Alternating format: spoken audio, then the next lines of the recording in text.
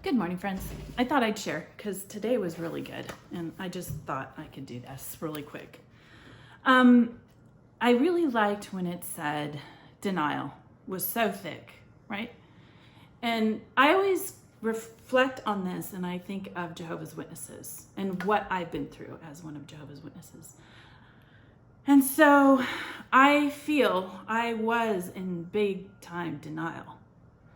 And I never thought about it before.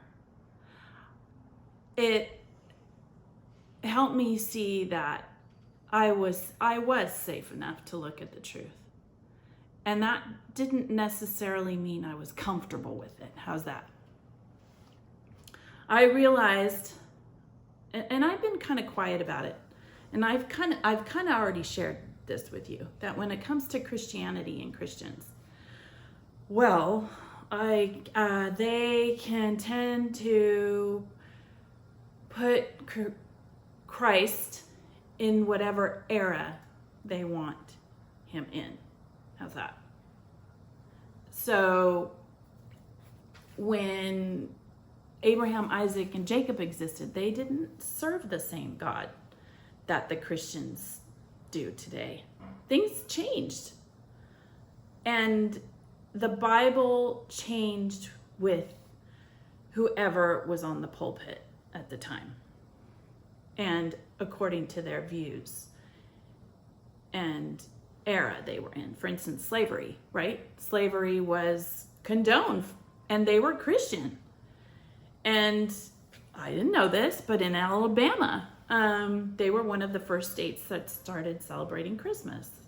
Otherwise, it was against the law in the United States. Go figure. So I just think how interesting Christianity has changed. Our Bibles as Jehovah's Witnesses. I didn't know that for instance, the illustration or Jephthah, right? The story of Jephthah. Well, we know as Jehovah's Witnesses, according to what we've read in the scriptures, that Jephthah, when his daughter came out, she mourned her virginity, and then she went and served at the temple. But other Bibles read that he sacrificed her. He burned her. That's a first for me. So, and as far as Isaac, Abraham, Isaac, and Jacob, they all served multiple gods. They didn't know any they didn't know any better. They had different gods around them, and their families served multiple gods. The God that we know today is very different from what they knew. Yeah, so the God that we know today is very different from the God that they knew then. Fascinating. I didn't realize that. I also appreciate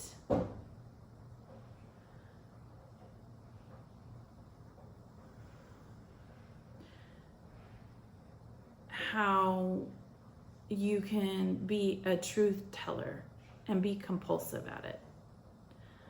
I remember my husband, and when he started learning all of this information about the organization and the corporation, that it was just so, he had to share. He always was sharing, and it scared me. It scared me. I have said before, I've been embarrassed because it took an elder that I saw shaking in the snow, trying to get another person to be with him during his committee. So he's trying to get another individual there. And that's what made me change. I really had to see that and think, wow, what did they do to the children? What did they do to the parents? What did my parents have to go through when the elders sat them in the back room? That was kind of scary when I realized that they did that to a grown man who already knew the rules. This elder that was shaking in the snow He knew the rules. He knew how people were treated. He had done the same thing. I'm embarrassed that it took me that long to see all the wrongs, because I ignored the wrongs that I saw in the past, thinking that Jehovah would take care of it. I can't undo past denial by blaming the alcoholic for having a disease that has affected both our lives, or by bitterly insisting that I know the real truth, or by bitterly insisting that I know the real truth. I think at this point,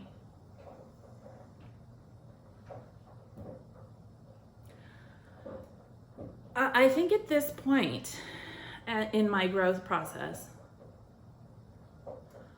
I am trying not to blame myself for not seeing things, because I realize how deep you're in it, and it's almost, when you're so deep in it and into this belief system, it's very frightening to hear the truth. Your brain is on overload. It's like one big earthquake, and you are trying to get your bearings. Here in California, they have earthquakes, and we've had small ones, but they're pretty scary. And it feels like you have nowhere to run. And that is where I think it's so hard to get out. Because as I've been told by other sisters, and we've heard it on the, when we go to circuit assemblies and district conventions, where are you gonna go? Where are you gonna go? What's better than this? I don't feel that we have been told truth. We've been told truth according to their Bible. And the fear of knowing truth. What is the truth? At this point in my journey, I'm trying to figure out, well, where was the center of the earthquake, right? Because that's what happens in California. They always have to find where the center is. I found the most interesting book, 4,000 Years of History by Karen Armstrong. I'm gonna get it for you. I'll be right back.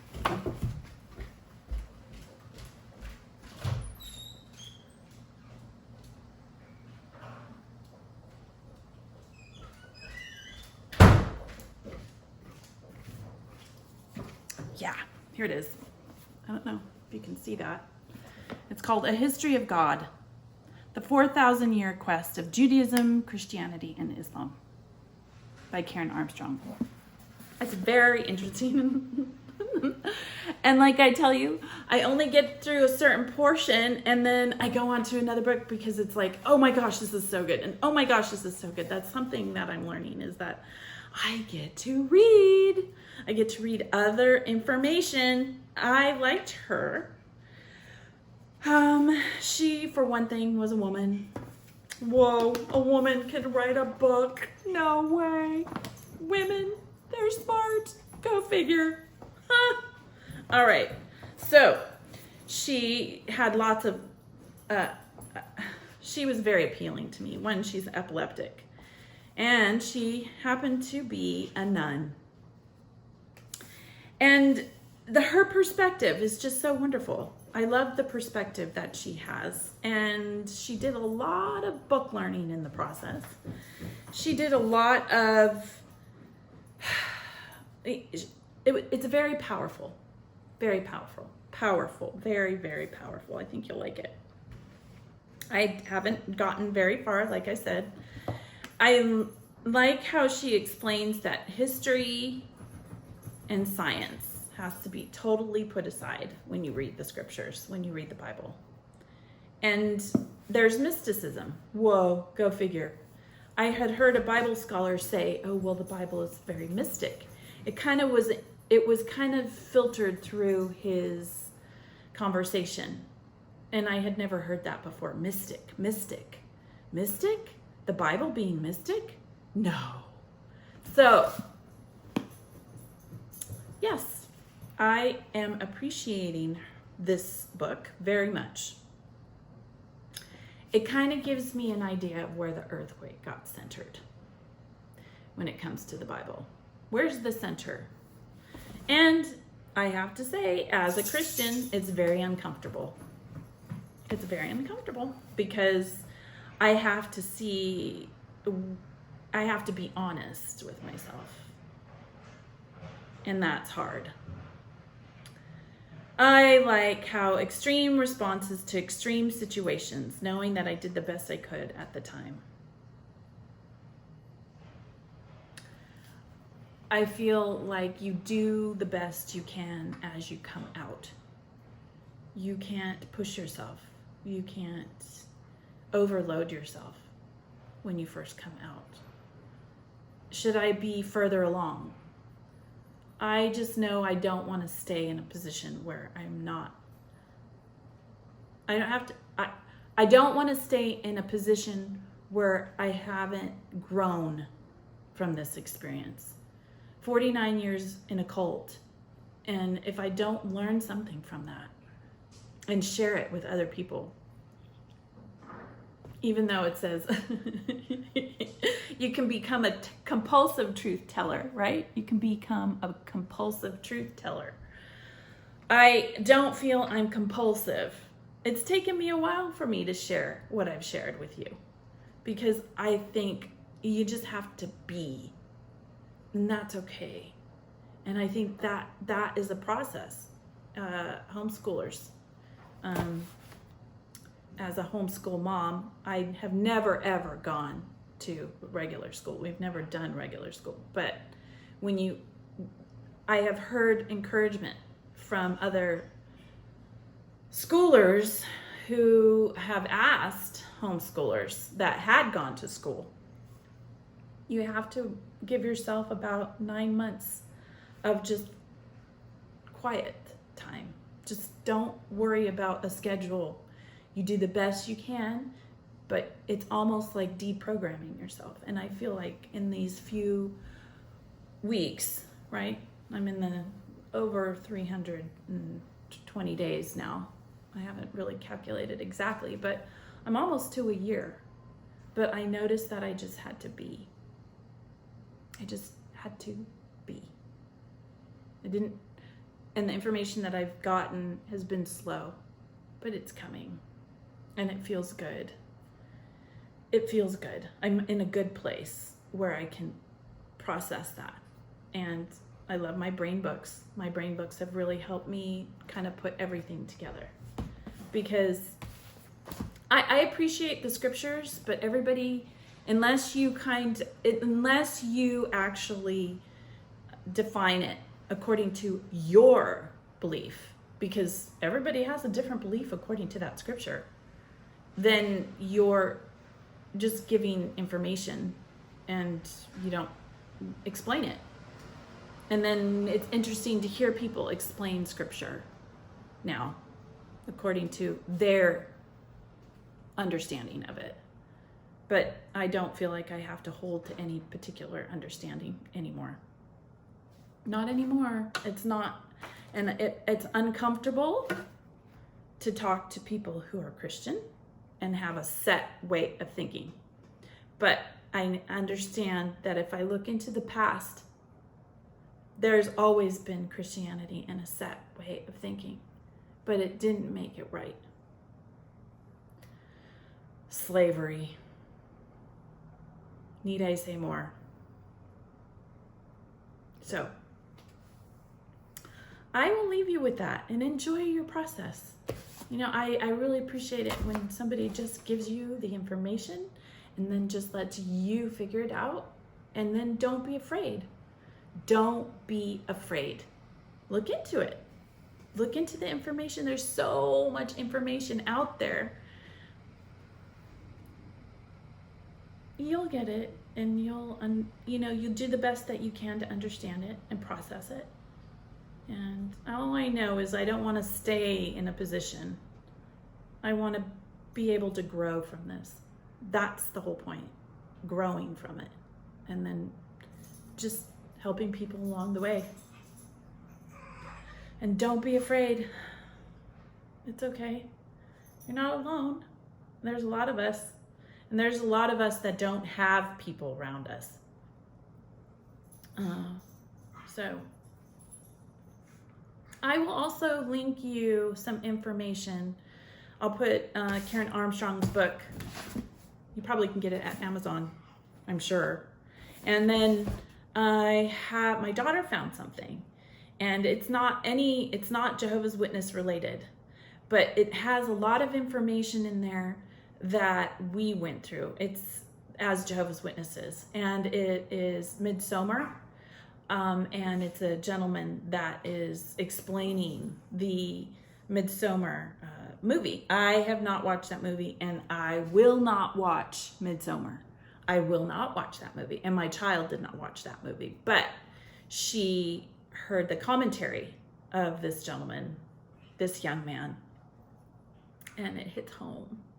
She even said, "Mom, this gives me goosebumps. This is what we went through." So yes, kids are smart, and they see things that you don't as a parent. Anyway, I'm kind of all messy, and things are just we're running around trying to get stuff done. I'm a mom, I'm a homeschooler, and so we just let things happen as they happen. And I do things, and then I can think about it, and hopefully I made sense, because we have to keep going through the day. So, or as Goat Like says, so I hope you're having a good day, and everyone is doing well, and follow your bliss and be good humans.